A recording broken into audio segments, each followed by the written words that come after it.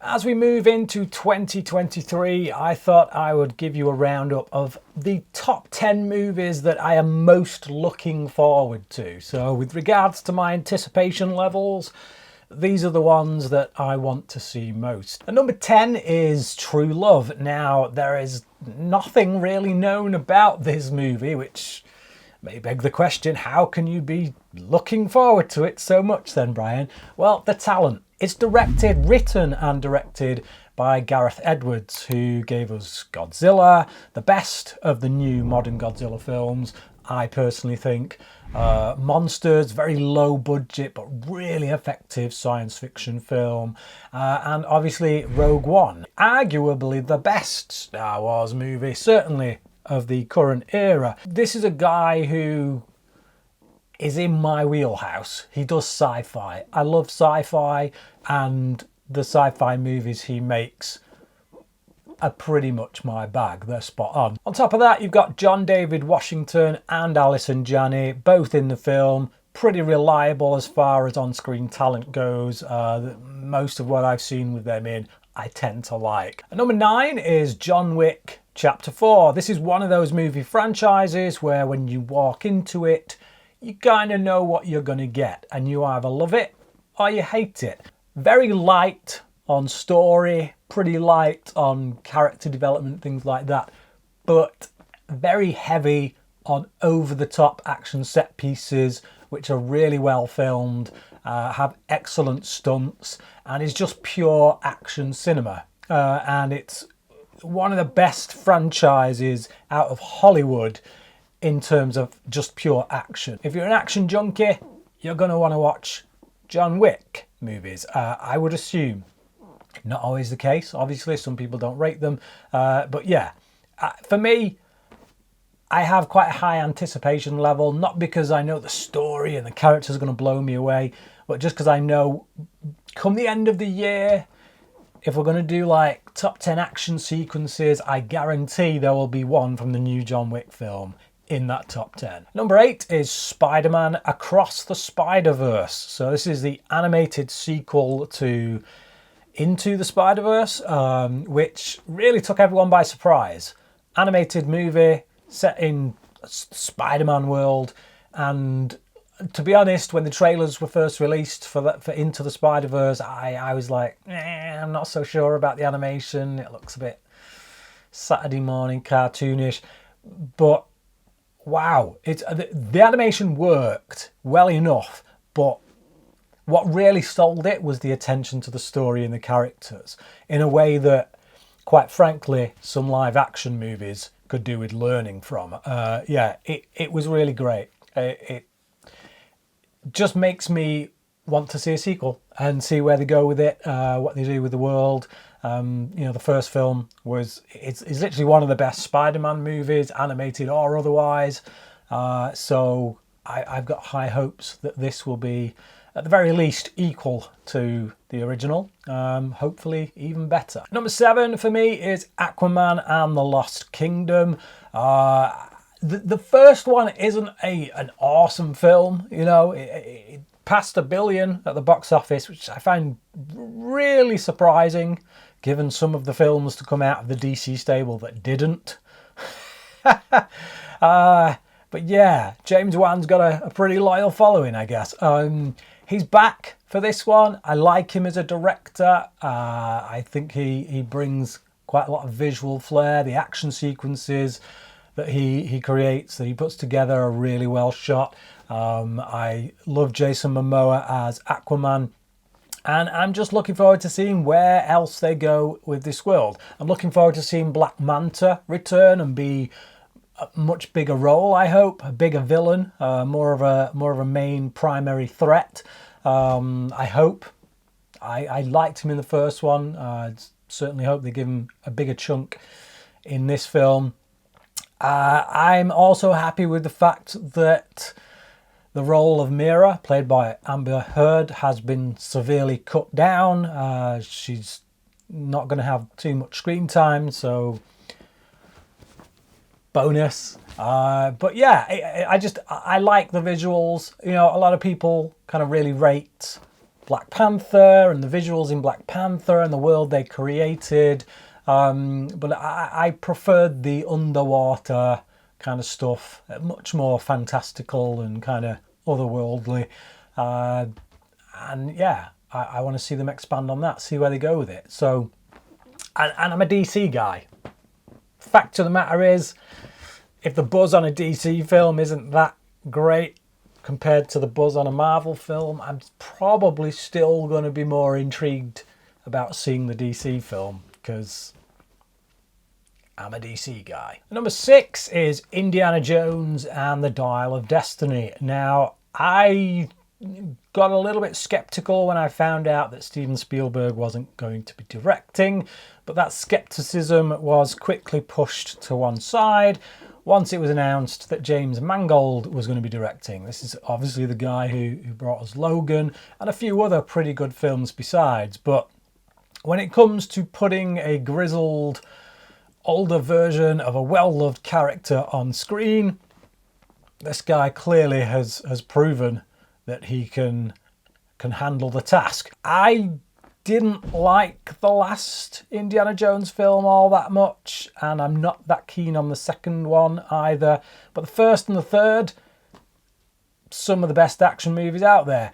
And this kind of maybe has the feel of the whole, like a reverse of the Star Trek numbering system, where in Star Trek the even numbered films are all the good ones. I feel like with Indiana Jones it's the other way around. All the odd numbered ones are the good ones. We've got an odd number coming, so yeah, I'm looking forward to it. Number 5 is Guardians of the Galaxy Volume 3. This is once again written and directed by James Gunn, who is now spearheading the DC movies. He's become the head of DC Studios, which I'm optimistic about, I'll say that much, despite the fact that I regret the fact that it seems the Snyderverse is dead. But I love what James Gunn has done so far with his various comic book movie properties. I like his Guardians of the Galaxy movies, and from all accounts, he'd already kind of worked out a trilogy in his head, and it feels like he's got an ending in mind, which strikes a good chord with me. I like it when filmmakers do a series and they feel like they're going to a destination. Now, if someone else picks it up in the future, fine, whatever. But it sounds to me like James Gunn's got an end game, certainly for his iteration of the Guardians of the Galaxy. So I'm looking forward to it. Some of my favourite characters in the MCU. Yeah, if nothing else, I think it'll be 2 hours of entertainment. And number 4, it is the film that has been through absolute development hell since, 1803, The Flash. I really want to see this movie. I'm skeptical that it could possibly live up to my hopes for it. I don't know about expectations because I'm not sure what I'm expecting at this point with this film, but it's been through so many development loops and pushbacks that I do have to wonder, can it be any good at this point? They will have had to have done all manner of reshoots. Is it going to which universe is it going to fit in with at this point? Who knows? But 2 words kind of sell this, 3 words in fact, sell this film to me straight away. And if you know me, you probably know what they are anyway.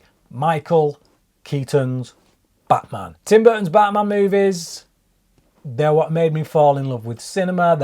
What made me fall in love with Batman as a character. They're a huge, huge part of my life. And I always regretted that we never got to see Burton do a third Batman film with Keaton. Who could have known that he would one day be back? It's just, for me, it's the biggest fanboy moment of my life, probably, is hearing that Michael Keaton was returning as Batman. This film could be a turd. I don't care. I have to see it. I will be there opening day. Just, I don't care about anything else in the film other than Keaton's Batman. That's what I'm there to see.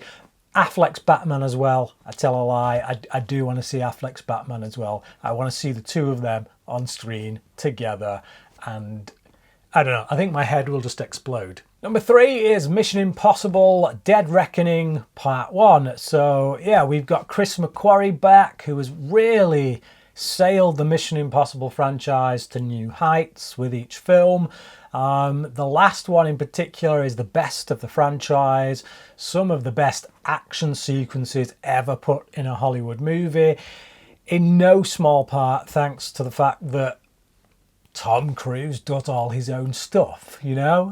He needs to get in a helicopter for a scene. Okay, he learns how to fly a helicopter and then does it. It's just, that's the commitment he has to cinema, and it pays off for us, the audience. If I'm going into a Mission Impossible film these days, I'm expecting big things, and each time I tend to get rewarded. I tend to get my expectations more than met. So yeah, colour me big time excited. And number 2 is Oppenheimer, which I'm sure makes a lot of people kind of gasp in shock that a Christopher Nolan film is not my number 1 choice. Christopher Nolan's my favourite director of all time. I'm looking forward to this film because his name is on it. Now, if somebody else had directed a film about Oppenheimer, then would I be as excited about it? No, I wouldn't. It's because it's Nolan. I know that with a Nolan movie, I'm going to get something that is going to make me think, it's going to make me feel, it's going to be visually exciting and breathtaking. It's going to be what cinema is all about. That's what Nolan does. He delivers cinema in its purest form. So for all those reasons, any film that he has his name on is going to be pretty high on my most anticipated list. The subject matter is the one thing I would say that stops this from like being number 1. Is it if this was like a Nolan sci-fi movie or another Nolan comic book movie? Number 1, boom, instantly.